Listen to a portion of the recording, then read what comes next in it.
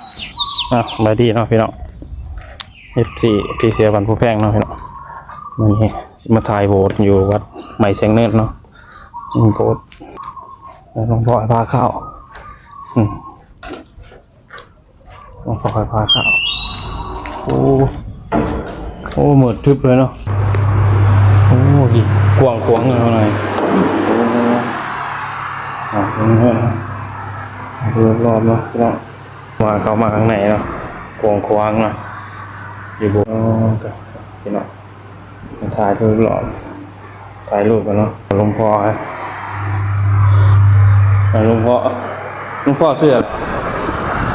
ฮะพระสมชายพระสมชายเนาะหลวงพ่อพระสมชาย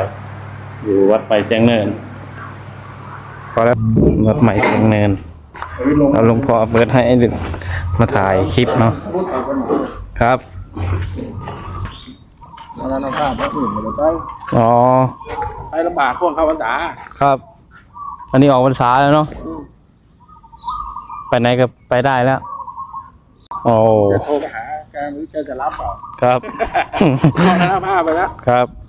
ไปนู่นแล้วโอเคพี่น้องกำลังสบายดีเนาะบ๊ายบายแต่บรรยากาศหนาเนาะที่ถ่ายมาให้เบิ่งนี้เนาะกันว่าใครสนใจคอมเมนต์มาเด้อพี่น้องมาทำบุญมัดใหม่เสียงเนินเด้อมาทำบุญนำกันเนาะบัตรมีงานประจำปีเรื่อยๆเนาะพี่น้องเดี๋ยวเขามีงานได้สิมาเนาะ